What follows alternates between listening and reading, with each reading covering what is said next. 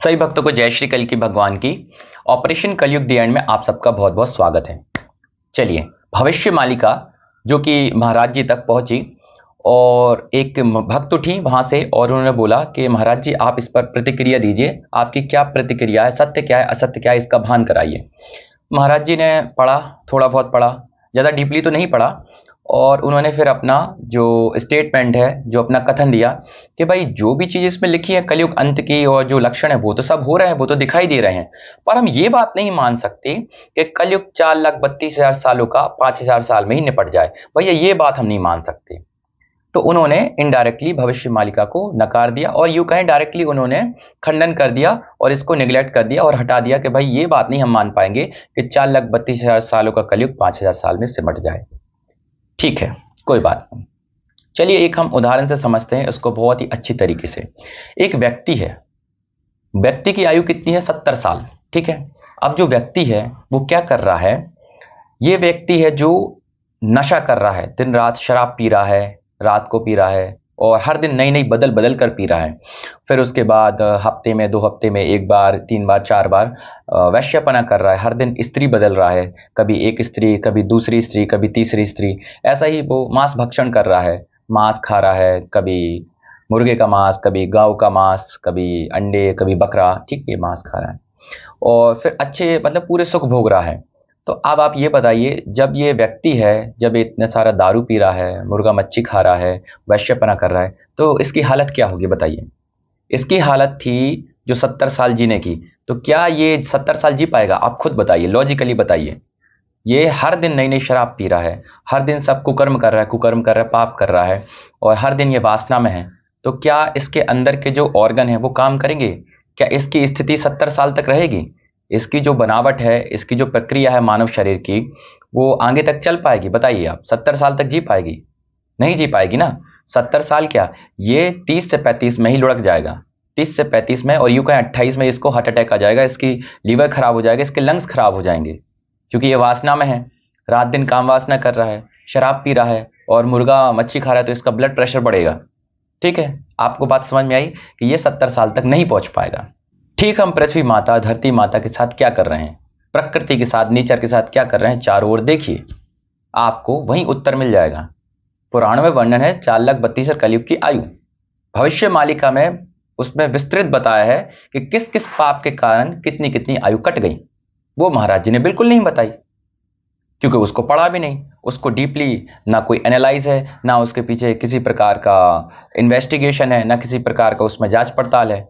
थोड़ा बहुत पढ़ा और महाराज जी ने उसको बखान कर दिया।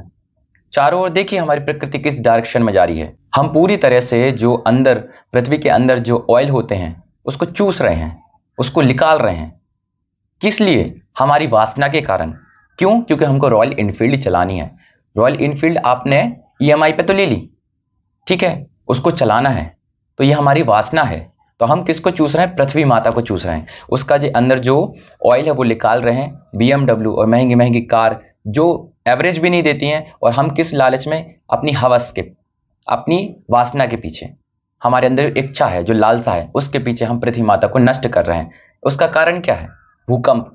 प्रतिदिन भूकंप आ रहे हैं, हर नए साल भूकंप बढ़ते जा रहे हैं और तीव्रता से भूकंप आ रहे हैं। पहले 4.0, फिर 5.0, 6.0, आज 7.0, आगे 8.0, आगे 16.0 भी आएंगे, 11.0, 12.0 भी आएंगे। वेट करिए आप। कंस्ट्रक्शन देखिए आप, बिल्कुल धड़ल्ले से चल रहा है। डेवलपमेंट जो कली काल का वो इतना है कि चरम पर है।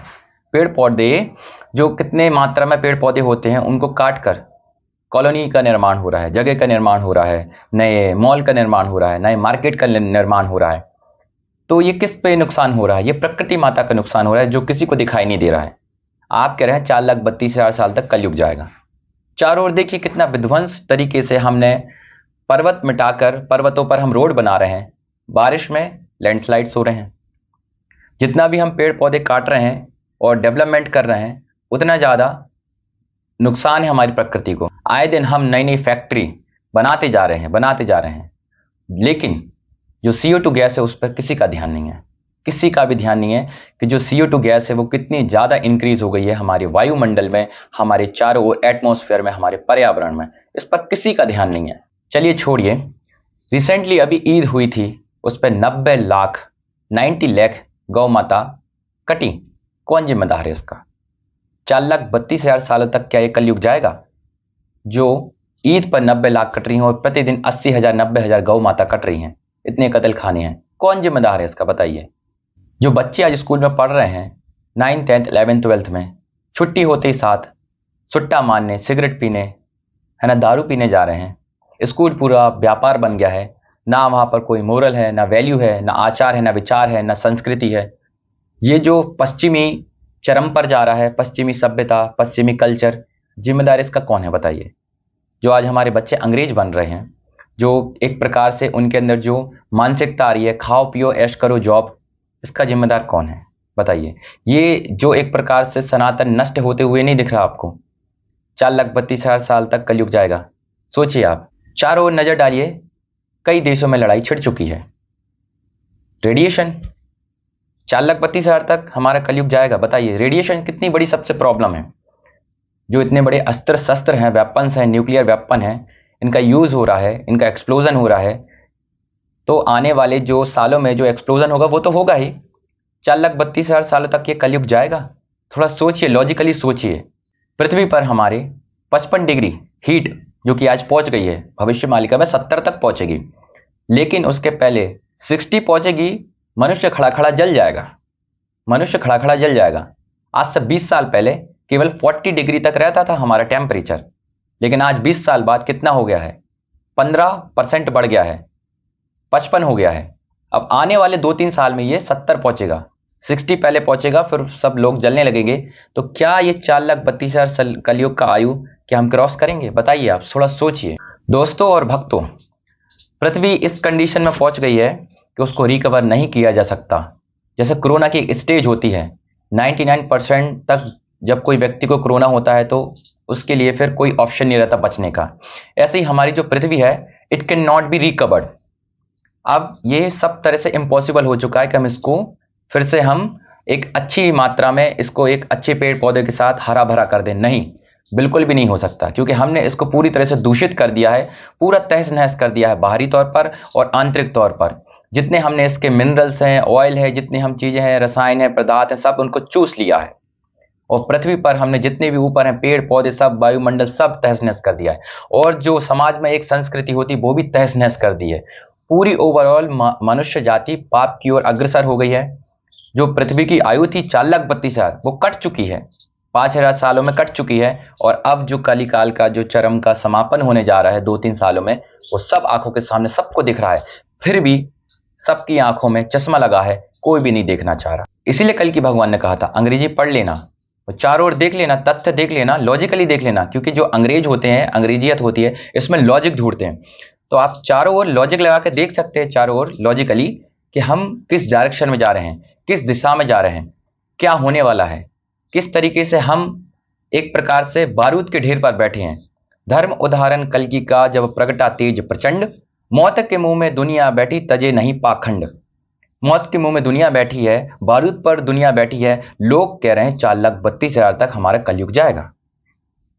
कल की भगवान ने बताया अंग्रेजी पढ़ो और सीखो और चारों ओर देखो, क्योंकि जो अंग्रेजियत पढ़ने वाले हैं सब हैं, वो साइंटिस्ट है, वो चारों ओर देखते हैं कहां पर हम किस डायरेक्शन में आगे बढ़ रहे हैं, कहां नीचा हो रहा है। सब दूध का दूध पानी का पानी है। ग्लेशियर्स पिघल रहे हैं, हीट इंक्रीज हो रही है, CO2 जो कार्बन जो हमारी एक गैस है वो कितनी ज्यादा इंक्रीज हो रही है, कितने ज्यादा फैक्ट्री से जो इमिट हो रहा है कार्बन डाइऑक्साइड कितना ज्यादा हो रहा है, कितने ज्यादा पेड़ पौधे कट रहे हैं।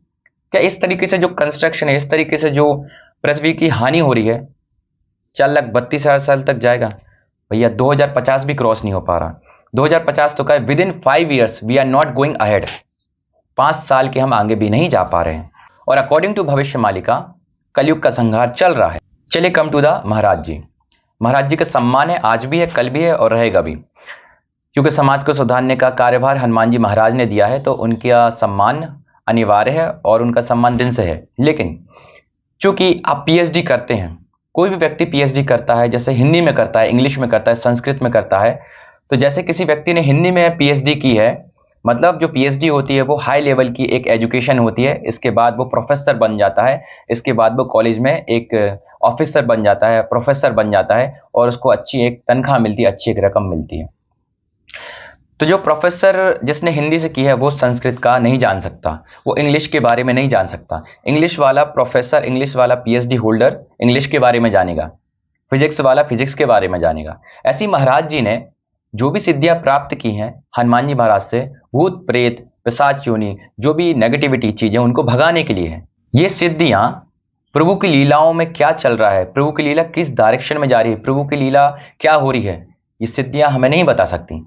जो भी सिद्धि मिलती है जिनको भी, वो उस कार्य के लिए मिलती है। तो जो महाराज जी को सिद्धियां हैं वो पूर्णतः ये नहीं कि पूरे ब्रह्मांड में जितनी भी भगवान कल की हरि की लीला चल रही है, श्री नारायण महाविष्णु जी कृष्ण भगवान की जो लीला चल रही है, वो सिद्धियां पर्याप्त नहीं है उनको देखने के लिए। हरि की लीला इतनी समझना आसान होती तो ब्रह्मा जी क्यों फेल हो जाते। ब्रह्मा जी को डाउट हुआ कि अगर ये कृष्ण भगवान परमात्मा है तो ये तो चोरी कर रहे हैं, ये तो माखन खा रहे हैं, ये तो जूठा खा रहे हैं, ये तो घर घर जा रहे हैं और पिट रहे हैं, ये कहां से भगवान हो सकते हैं। ब्रह्मा जी को डाउट हुआ। ब्रह्मा जी ने कृष्ण भगवान के चारों दोस्त, चारों ग्वाले उनके किडनैप कर लिए, ब्रह्मलोक ले गए। अब कृष्ण भगवान तो अंतर्यामी है, वो तो दीनानाथ है, परब्रह्म है, जिनके रोम रोम में ब्रह्मांड लटके हुए हैं। पता था कि ब्रह्मा जी को डाउट हो गया है, वो दोस्तों को किडनैप करके ले गए। ठीक है, कृष्ण भगवान भी वो तो सर्वव्यापक हैं, उनने अपनी माया से 4 दोस्त बना लिए वहीं पर। उन्होंने कहा ठीक है ब्रह्मा जी आप ले जाओ। 4 दोस्त थे वो। अब ब्रह्मा जी को हुआ कि भाई याद आई कि यार हमें शायद जाना चाहिए नीचे। तो अब 1 साल लग गई थी उनको यहाँ पर आने में, क्योंकि जो टाइम ट्रेवल होता है वो ब्रह्मलोक का 1 साल लग जाती है पृथ्वी लोक में। तो वो लौट के आए तो 1 साल हो चुकी थी। तो देखा कृष्ण भगवान के पास तो वही फ्रेंड है जो मैं किडनैप करके ले गया था। उनको डाउट हुआ और उन्होंने कहा कि कुछ तो गड़बड़ है। उनको भान हो गया इतनी सी गलती का और दंडवत प्रणाम हुआ कृष्ण भगवान के पास, हे प्रभु मुझे अपने आप स्वरूप का भान कराइए, मुझसे गलती हो गई है ना। तो फिर कृष्ण भगवान ने बोला अच्छा लगा मुझे आपके समर्पण, बहुत ही अच्छा लगा। उनने बोला ठीक है मैं आपका संशय दूर करता हूं। उनने अपने अंदर आवाज दी और सब ब्रह्मा आ गए पूरे। 1 मुंह वाले ब्रह्मा, 3 मुंह वाले, 4 मुंह वाले, 10 मुंह वाले, 100 मुंह वाले, 1000 मुंह वाले, है ना, 50,000 मुंह वाले, 1 लाख वाले, 1 करोड़ वाले ब्रह्मा, मतलब 1 करोड़ मुंह वाले जिनके सिर हैं, जिनके बहुत सारे सिर हैं, ये सब ब्रह्मा उपस्थित हो गए, है ना। तो उन्होंने बोला जो भी आप देख रहे हो ये सत्य भी जटिल है और आपकी सोच से परे है। मतलब जो आप देख रहे हो ब्रह्मा जी वो आपकी सोच से परे है, सत्य इससे कुछ अलग भी हो सकता है। तो ब्रह्मा जी वहां दंडवत प्रणाम हुआ, गलती का अफसोस का माफी मांगते हैं।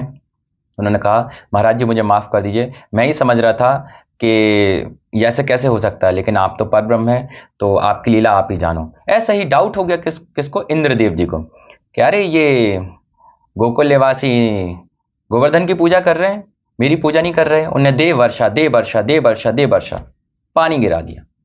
अब वहां पे तो कृष्ण भगवान ने उंगली पे गोवर्धन रख लिया। उन्होंने कहा तुम बरसाओ, कितना बरसा रहे। अंत में इंद्रदेव आए, माफी मांगी। जब ब्रह्मा जी ने बताया कि अरे भाई माफी मांग लो, परब्रह्म परमात्मा है वो, जिनके रोम रोम में ब्रह्मांड लटके हुए हैं, जाओ जाके माफी मांग लो, नहीं तो तुम्हारा डिपार्टमेंट छूट जाएगा, ये जो वर्षा करने वाला है ये डिपार्टमेंट छूट जाएगा। गए, फिर वो दंडवत प्रणाम हुए कि महाराज जी मुझे माफ कर दो। उन्होंने कहा ठीक है, मुझे ये जो शरणागति आपकी लगी अच्छी लगी, जो इंद्रदेव जो आपने शरणागति मुझे प्रस्तुत करी, ठीक है तथास्तु, और उनने उनको क्षमा कर दिया। तो यहाँ पर इंद्रदेव, ब्रह्मा जी 3 मुख वाले जो सृष्टि के रचयिता हैं, जो सभी 84 लाख योनियों के क्रिएटर हैं, सभी 84 लाख योनियों को बनाने वाले ब्रह्मा जी स्वयं नारायण को लीला को नहीं समझ पा रहे। स्वयं इनके जो इंद्रदेव हैं वर्षा करने वाले, जो वर्षा करते हैं तो पृथ्वी चलती है, वो नहीं समझ पा रहे। यहीं पर परशुराम भगवान जी, उनके पास था जो धनुष बाण, वो धनुष उनको दिया था किन्होंने, भोले शंकर जी ने।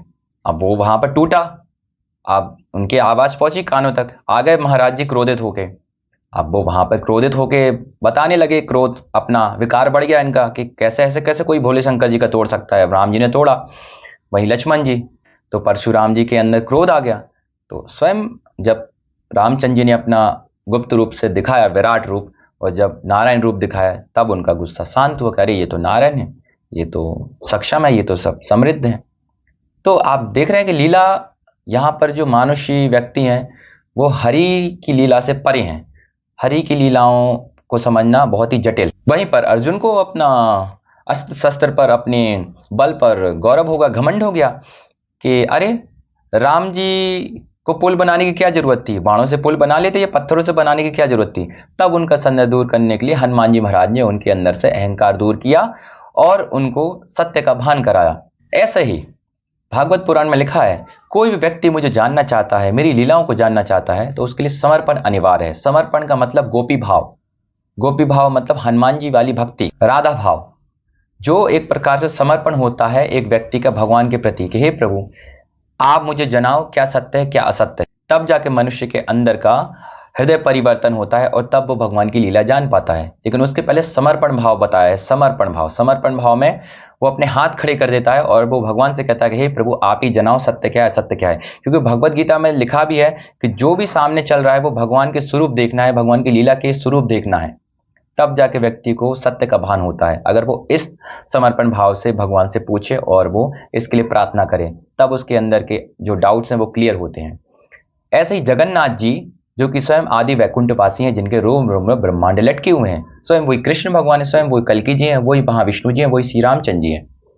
अब ये महाविष्णु जी हैं, जब इन्होंने ब्रह्मा की रचना की तो जो सबसे शून्य ब्रह्मा थे, जो सबसे पहले ब्रह्मा प्रकट हुए थे, और उसके बाद 3 मुख वाले, 4 मुख वाले, 10 मुख वाले, 100 मुख वाले, 1000 मुख वाले और 1000 सिर वाले और 1000 सिर वाले और लाख सिर वाले और 1 करोड़ सिर वाले, ये सब ब्रह्मा उन्होंने प्रकट किए। लेकिन जो सबसे पहले शून्य ब्रह्मा थे, वही ब्रह्मा जी ने अवतार लिया था, सुदामा जी का अवतार लिया था द्वापर युग में। वही सुदामा जी अभी कलयुग में आए अच्युतानंदन दास जी बनकर। बिल्कुल, ये जो अच्युतानंदन दास जी हैं, ये शून्य ब्रह्मा हैं, जो सबसे पहले ब्रह्मा प्रकट हुए थे। इन्होंने अभी भविष्य मालिका की रचना की और भविष्य मालिका के लिए जो अभी कलयुग का चैप्टर जो खत्म होना है, उसमें सब चीज का इन्होंने वर्णन किया, सब लीलाओं का इन्हें अंकित की और सब पूरे दृश्य का यहाँ पर अंकित किया। और जो यहाँ पर एक एक चीज लिखी, वो एक एक चीज सत्य है और एक एक चीज सत्य होगी और हो भी रही है। योगिनी माता घर घर में घुस घुस के मार रही है। कितना ज्यादा हवाई दुर्घटना हो रहा है, कितना ज्यादा यहाँ पर लड़ाई सब जगह मच चुका है, सब जगह पर यहाँ पर वायलेंस है। वायलेंस की जो एनर्जी है वो कितनी ज्यादा हाई हो गई है। वायलेंस की जो एनर्जी है आपने देखी होगी, सब जगह पर तीव्र हो गई है। वायलेंस की जो एनर्जी है वो हर एक देश के कंट्री में लड़ाई हो रही है, हर जगह पर मृत्यु हो रही है, क्योंकि योगिनी माया माता 25 अंक में घुस घुस के मारेंगी, वो लिखा है और वो हो रहा है। पर अब बात आती है कि जो धर्म आचार्य हैं, धर्म गुरु हैं, उन्होंने क्या किया है, अपनी फॉलोअरशिप बढ़ाकर लोगों को, जनता को, मानव जाति को इच्छाओं में फंसा दिया है। जबकि भगवत गीता का उपदेश क्या है, रामचरितमानस का उपदेश क्या है, 18 पुराण का उपदेश क्या है, जो ऋग्वेद, अथर्ववेद, चारों वेदों का सार क्या है, सभी 18 पुराण सब का सार क्या है, सब तीर्थ का सार क्या है, पूरी भक्ति का सार क्या है, पूरी कथाओं का सार क्या है, मनुष्य को 84 लाख की योनियों से कटना। लेकिन मनुष्य को फंसाया जा रहा है इच्छाओं में। जन्म और बंधन के जो चक्कर में फंसे हैं, इनका मोक्ष कैसे होगा बताइए। इतिहास गवाह है, जब जब भी सनातन धर्म की खिल्ली उड़ाई गई है तो अपनों ने ही उड़ाई है। सनातन धर्म भी टूटा है तो अपनों ने ही तोड़ा है। वहां देख लीजिए, रावण ब्राह्मण जाति को कलंकित कर दिया, सीता माता को छेड़ दिया, सीता माता को किडनैप कर लिया। हिरण्यकश्यप ने भक्ति करी, अच्छी भक्ति करी, लेकिन फिर सनातन धर्म के लोगों को ही काट लिया। धर्म आचार्य को, ब्राह्मणों को, भक्तों को, हरि के भक्तों को, सबको नष्ट करा दिया।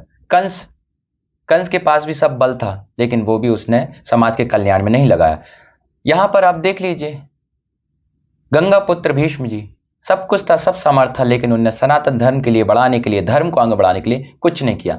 तो बात आती है, जब भी सनातन धर्म पर आती है, सनातन धर्म की बात आती है, तो अपनों ने ही काटा, अपनों ने ही लूटा, अपनों ने ही उसको आगे नहीं बढ़ने दिया। क्योंकि 5 साल हो गए हैं, 2020 के बाद 2025, 6 साल भविष्य मालिका को प्रचार के लिए, आगे बढ़ाने के लिए, लोगों को धर्म पर आने के लिए, कि लोग धर्म पर आ जाएं। आप खुद सोचिए, कली काल में कौन भक्ति करता है, कली काल में कौन भगवान से जुड़ना चाहता है, कौन एक प्रकार से भगवान में समर्पण दिखाना चाहता है? कोई नहीं। तो जो भविष्य मालिका लिखी गई है, वो लोगों को धर्म पर लाने के लिए लिखी गई है कि लोग, मानव जाति इसको पढ़ें, धर्म पर आए, क्योंकि संघार चला आ रहा है। अगर ये भविष्य मालिका नहीं लिखवाई जाती तो ऐसे तो कलयुग 4,32,000 तक आप ले जाते धर्म गुरु, बताइए। तो भगवान को पता था कि जो धर्म गुरु होंगे कलयुग के, कलयुग ने अपने सब रंग में रंग लिया होगा, क्योंकि सब क्या होंगे, पैसे, जो एक धन है, धन के गुलाम होंगे। और जहां धन होता है वहां समर्पण नहीं होता, जहां धन होता है वहां अहंकार होता है। तो इसी प्रकार से कलयुग सबको अपनी मुट्ठी में कंट्रोल करेगा। तो इसलिए भगवान ने भविष्य मालिका रचना करवाई। पर देखिए, कलयुग ने एड़ी चोटी का जोड़ लगाकर, कलयुग के धर्म आचार्यों ने एड़ी चोटी का जोड़ लगाकर हमारी पूरी मेहनत पर पानी की बूंदे निछावर कर दी। लेकिन धर्म तो आगे बढ़ेगा, मालिका तो आगे बढ़ेगी, सब धर्म पर भी आएंगे, प्रचार भी होगा, लेकिन कहने की बात यह है कि यहां पर समर्पण भाव दिखाकर अगर इसको पढ़ लिया होता बहुत ही डीपली, बहुत ही गहराई से, तो आज जो लोग पूछ रहे हैं तो उनको सही उत्तर मिल जाता। आज जो लोग धर्म पर आना चाह रहे हैं तो उनको सही उत्तर मिल जाता, क्योंकि आज धर्म पर लोग नहीं आना चाह रहे, क्योंकि लोगों को पता है कलयुग तो 4,32,000 साल तक जाएगा और सब जगह नेगेटिविटी है, अरे खाओ पियो ऐश करो मर जाओ, क्या रखा है, ये मेंटेलिटी है। इसीलिए भगवान ने लिखवाई थी भविष्य मालिका कि लोग इस सोच को बदलें, धर्म पर आए, भक्ति करें, मोक्ष प्राप्त करें, हरि से मिलन करें। लेकिन सबसे बड़ा विघ्न यह है कि अपने ही अपनों को लूट रहे हैं, अपने ही सनातन धर्म को आगे नहीं बढ़ने दे रहे हैं, क्योंकि कलयुग ने सबको मुट्ठी में ले लिया। और श्री कल की भगवान ने लिखवाया भी था लक्ष्मी नारायण जी महाराज को कि देखिए, दिव्य दृष्टि से आप देखिए कि कलयुग किस प्रकार से अपने रंग में सबको रंग लिए है। और क्या लिखवाया था, कोई कहे हम करता धरता हम सतगुरु भगवाना, हिरणाकुश की तरह खड़े हैं काम फकत बहकाना। हिरणाकुश की तरह खड़े हैं काम फकत बहकाना, भक्ति को निष्फल बतलावे, अपनी महिमा गावे, डांट डांट कर घोष जमावे और औसान डिगावे, गुरु गिरी की चाह नचावे, हरि से विमुख बनाए, बन बैठे भगवान बीच में अपना ठाट रचाए। और क्या लिखा है, कल की नाम द्रोही गुरु पंडित, द्रोही कलयुगी संता, खुली बगावत लख धरती पर आए हैं भगवंता। ये लिखवाया था श्री कल की नारायण जी ने कि कलयुग में कल्कि जी तो आएंगे, लेकिन जो भी अच्छी गद्दी पर होंगे, जो भी अच्छे होंगे, उनके फॉलोअर्स होंगे ना, तो वो कल्कि भगवान को बोलेंगे कि अभी तो कलयुग के चौथे चरण में आएंगे, अभी कहां कल्कि भगवान, अभी तो कलयुग 4,32,000 सालों का है। तो वो सत्य की ओर नजर भी नहीं देंगे, सत्य को जानेंगे भी नहीं। ये स्वयं कल्कि भगवान ने दिव्य दृष्टि से बता दिया, क्योंकि जो फ्यूचर का निर्माण होता है ना, तो भगवान अपने आप अपने सब भक्तों को जना देते हैं और सब भक्तों को दिव्य दृष्टि से दिखा देते हैं कि कलयुग किस प्रकार से कल्कि जी को नहीं आने देगा, मतलब कल्कि जी की भक्ति नहीं करने देगा, मतलब कलयुग इतना प्रपंच फैलाएगा कि कलयुग आसानी से नहीं जाएगा। देखिए, कहा भी जाता है कि अधूरा ज्ञान बहुत घातक होता है, बहुत ही पावरफुल होता है और बहुत ही जहरीला होता है। तो जो शास्त्र कहते हैं वो यही कहते हैं कि अगर किसी व्यक्ति को कोई जानकारी नहीं है पूरी संपूर्णता से, तो वहां पर चुप रहना उचित है, वहां पर छोटा सा कथन देना भी गलत है। और शास्त्रों की निंदा करना यह महाघोर पाप है, महानिंदनीय उस व्यक्ति के लिए, और यह स्वयं साक्षात हरि की निंदा होती है। हरि की क्या कहते हैं, यहां पर आपने दुश्मनी मोल ले ली, क्योंकि शास्त्रों की निंदा करने से, आपके नहीं मानने से चीजें बदल नहीं जाएंगी। जो चीजें लिखी हैं वो चीज होके रहेंगी, जिस समय पर लिखी है वो उस समय पर होके रहेंगी। किसी के मानने से, किसी के नहीं मानने से चीजें अपोजिट नहीं होंगी, चीजें बदलेगी नहीं, चीजें में कोई हेरफेर नहीं होगा। क्योंकि सीता माता का हरण लिखा था वो हुआ, द्रौपदी माता की वस्त्र हरण होना था वो हुआ ना। तो इसी प्रकार से जो भी चीज लिखी है वो होके रहेगी। कलयुग 4,32,000 सालों का 5,000 साल में सिमट गया, और वो सामने है, दूध का दूध पानी का पानी। आप चारों ओर देखिए, आपको सब निशान मिल जाएंगे और सब प्रकार से चिन्ह मिल जाएंगे, और जो भी चीजें हो रही हैं उसका प्रमाण आपके सामने है। लेकिन मानव जाति के जो समाज है, समाज में जो हानि होगी, जो व्यक्तियों की, जो आत्माओं की, उनका जिम्मेदार कौन होगा? धर्म गुरु आचार्य। क्यों? क्योंकि इन तक वो सत्य पहुंच रहा है।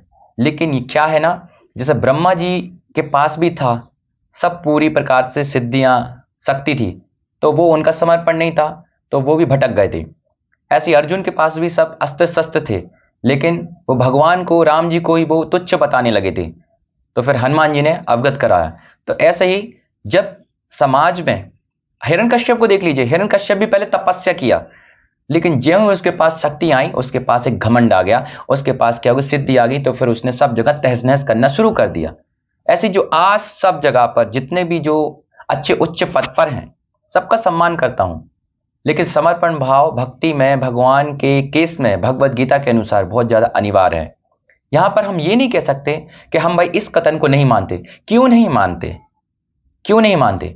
जगन्नाथ जी जो स्वयं आदि वैकुंठवासी, जिनके रोम रोम में ब्रह्मांड लटके हुए हैं, जिन्होंने पूरा वैकुंठ और जी पूरे ब्रह्मांड को धारण किए हैं, उन्होंने लिखवाई है ये बात, और उन्होंने पूरा फ्यूचर का निर्माण किया है। और जो जो चीज हो रही है आज, तो किन की बदौलत हो रही है? जो जो चीजें बता रहे हैं महाराज जी, अच्युतानंद दास जी बता रहे हैं, हर एक चीज प्रमाणित हो रही है।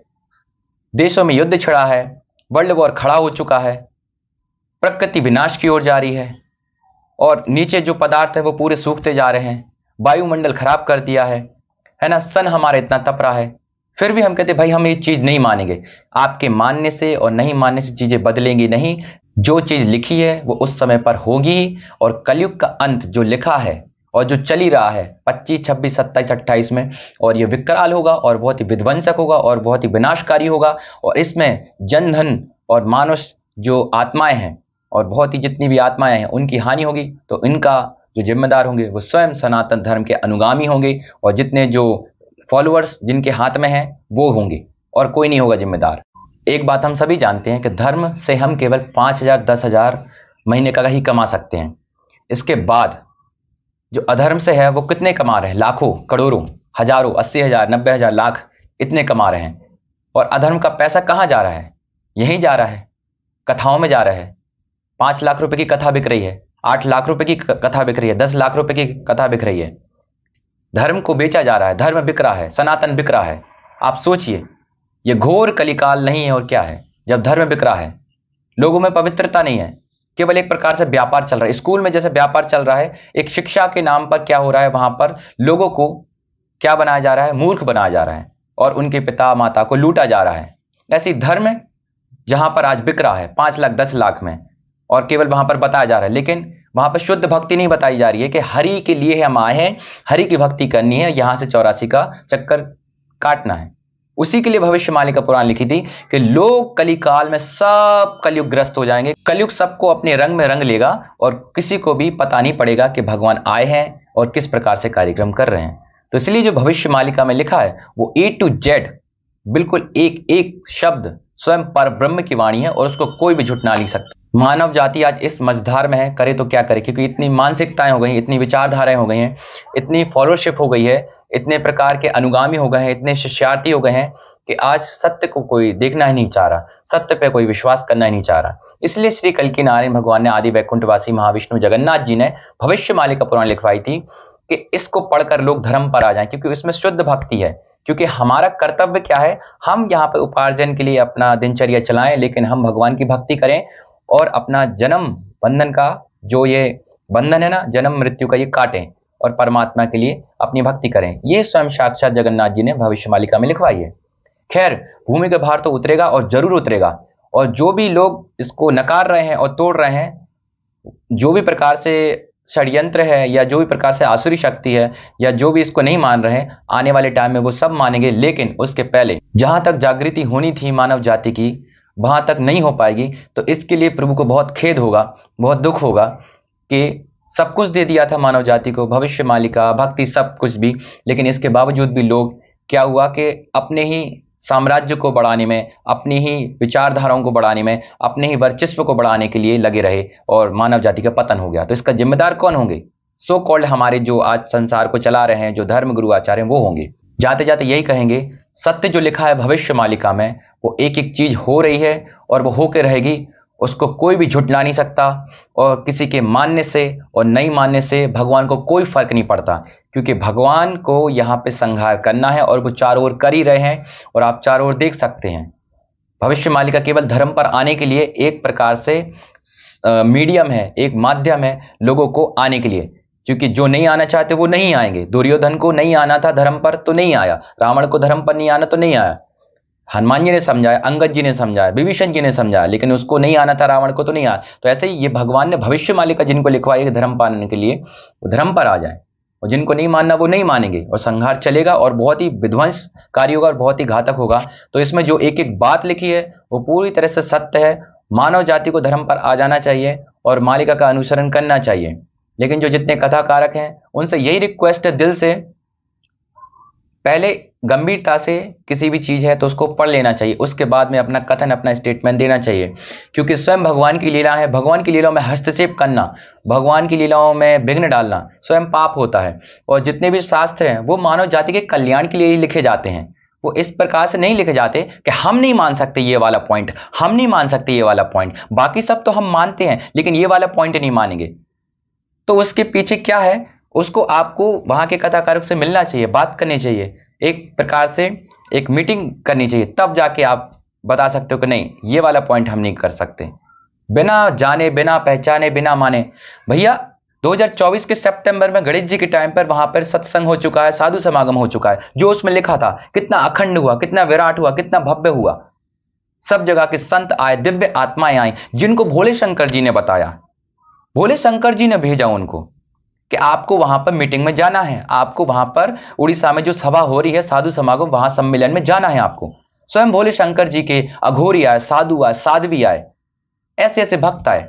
यहां बोल रहे हैं महाराज जी कलयुग की ये बात नहीं मान सकते कि 4,32,000 कलयुग का आयु 5,000 साल में ही निपट गया।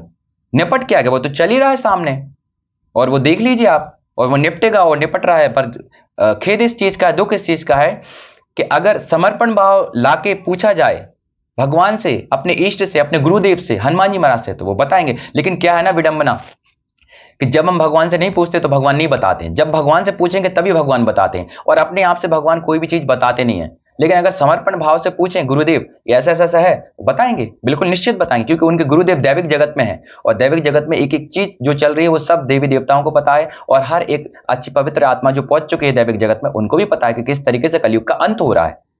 लेकिन वहां पर समर्पण अनिवार्य है, लेकिन समर्पण है नहीं है, इसलिए इस चीज का खेद रहेगा। चलिए आज के लिए इतना ही।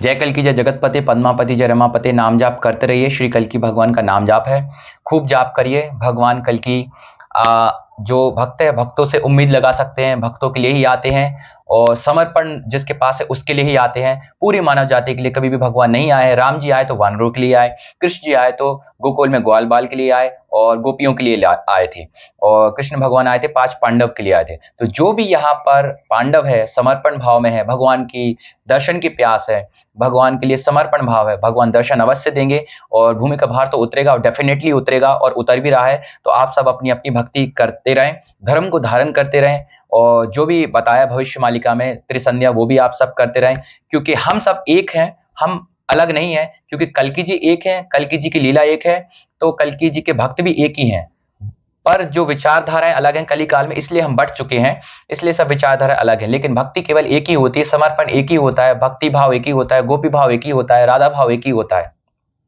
जो हनुमान जी में भक्ति है वही स्वयं सबरी माता में थी, वही प्रहलाद जी में थी।